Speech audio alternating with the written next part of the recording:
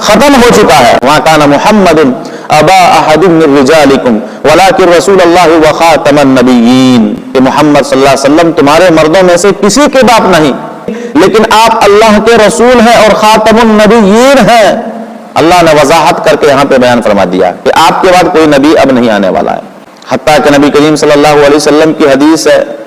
اللہ کے نبی صلی اللہ علیہ وسلم نے ایک مثال دے کر کے بیان فرمایا ہے کہ ایک شخص خوبصورت گھر بنائے, خوب اچھے طریقے سے اس محل کو سجائے, پھر لوگ جو ہے اس گھر کا نظارہ کریں, دیکھیں, اور اس گھر کو دیکھ کر کے لوگ حیران ہو جائیں کہ ماشاءاللہ کیا اچھا گھر ہے, لیکن اس گھر کے اندر ایک اینٹ کے برابر جو ہے جگہ